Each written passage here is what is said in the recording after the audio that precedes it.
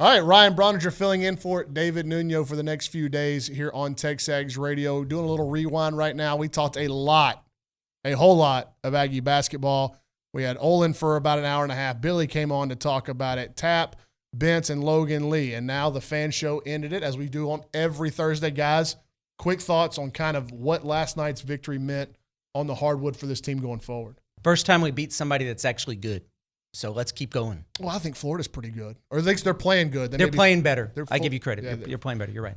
We started out a few weeks ago with hope. Last night, now we have belief. Belief is dangerous, and we're going to be a dangerous team come SEC tournament time. Momentum. I believe. Here comes the rewind. Once they were down 10-2, they started chipping away, and consistently though.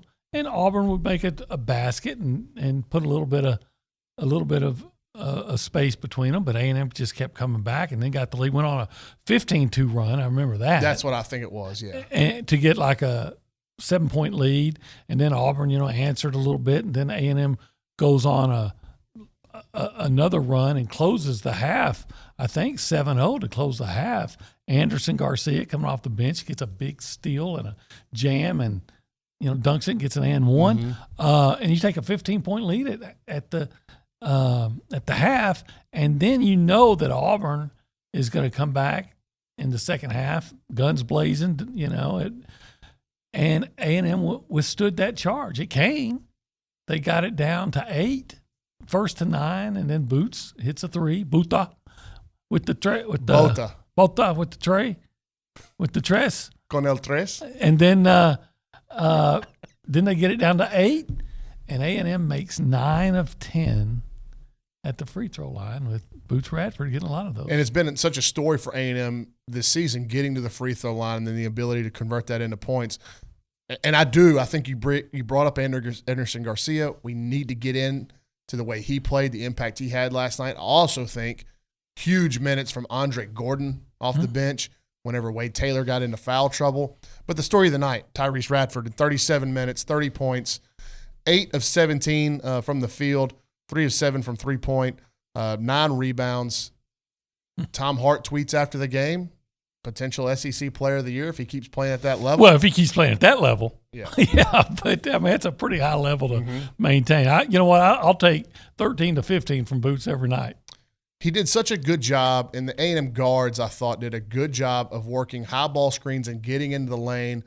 And I think because they had so much success behind the arc early, I think that allowed to open them up. We'll have to talk to Logan and Tap, guys that see the game of basketball a little bit different, a little bit better than we do. But I thought as the game got on, and like you mentioned, when Auburn was able to kind of cut into the lead, but they never got it to within 2 baskets. It was like they'd get it down to 6. Never or got 7, closer than 8. And then A&M would stretch it back out to 12, 14.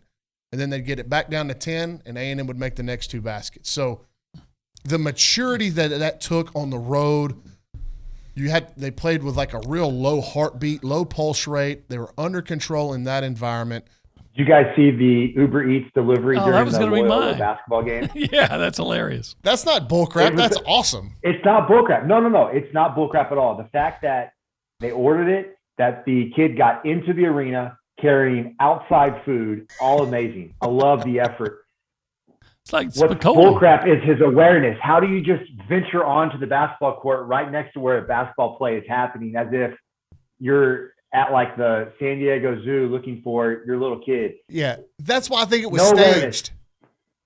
The effort was unbelievable. It was championship effort, but it was lacking in execution. It was like the Dallas Cowboys last football play. It was just lacking awareness or execution, right? Like it was almost great on the chalkboard, but just OB?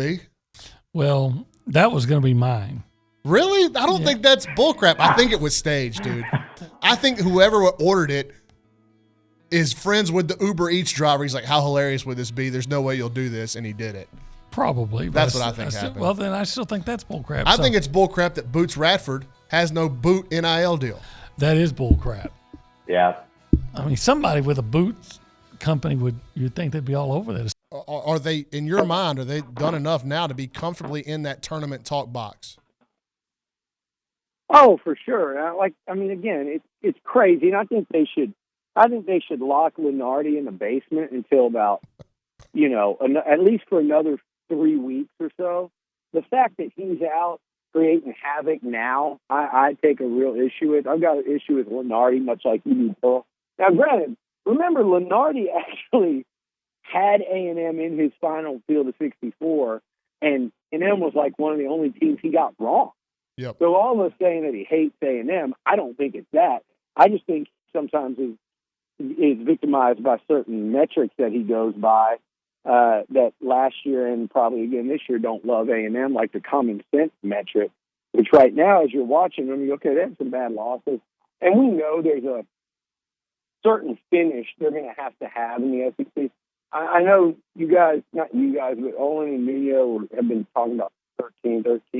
And I was on that team for a while, but then you start to go, and A&M, the reason they didn't go last year, they didn't do anything of real note in the non-conference.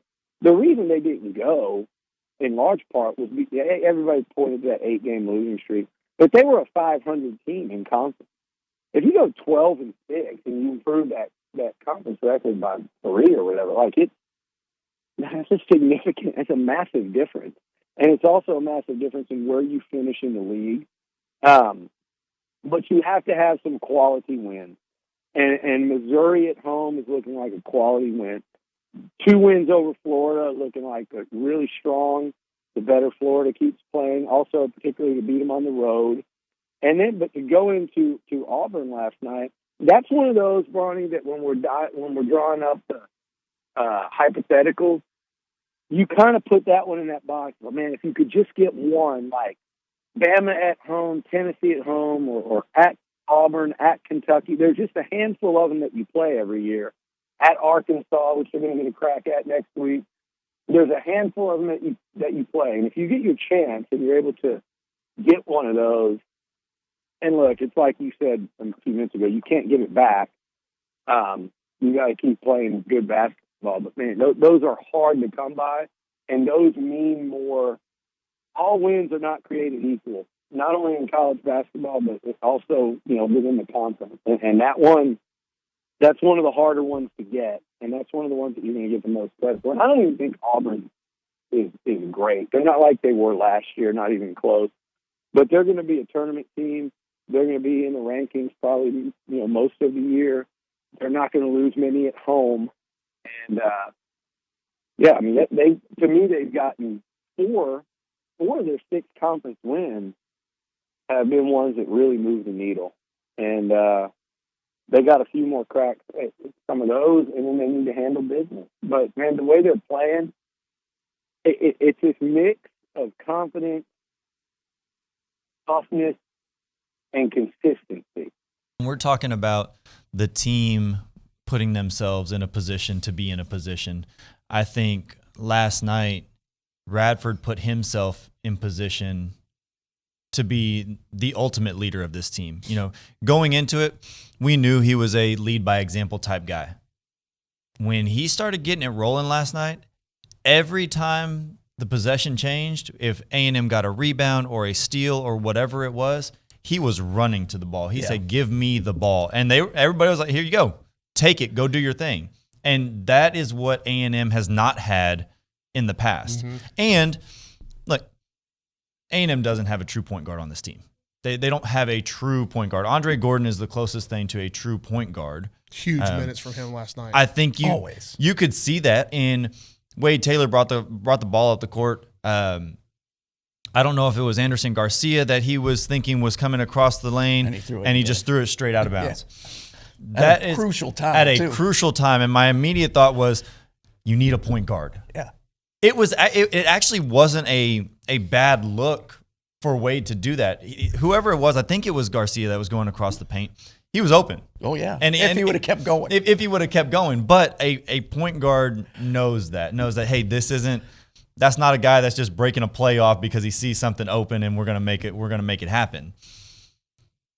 Boots didn't force it. As you score 30, he didn't force anything. He let the ball dictate what he was going to do. Well, I think early on, their success behind the arc and this is, again, big basketball brain here. This is, I don't know this, but I'm asking you guys. It seemed to me their success beyond the arc early really helped them as they slowed the game down in the second half.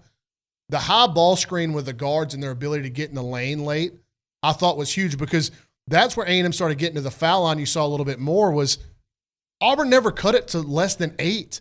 Every time it got to 8, A&M would get in the paint, either make a tough bucket at the rim, get fouled, get to the line. But I thought their shooting opened up that. I could be wrong. I mean, that always, works. You make things from the outside, the lane's going to open up. But you're right, you have that early success. And I think that's something that A&M still hasn't been very consistent on, is especially early on, knocking down threes. But it does make it very easy, because now the defense has to come out and respect that. And you brought up the high screen and roll, but I want to talk about it on the other side. How well did we defend Auburn's high screen and roll and just double team and force guys to pick it up? All right, Kelly, Kevin, what do they need to do? What do the people that are watching this need to do? You need to like. Always like them. Always like. Subscribe. Yep. Write a comment if you have one. Only if it's positive. Don't give me none of this negative crap. I'm not here all the time. Save the negative ones for David. Absolutely. Brauny's done a great job. David loves negative comments. Yes. Fill David up with negative comments. I'm kidding. David, if you watch this, I'm not condoning that. Please don't do that. I was just a joke. Enjoy your time in Miami, buddy.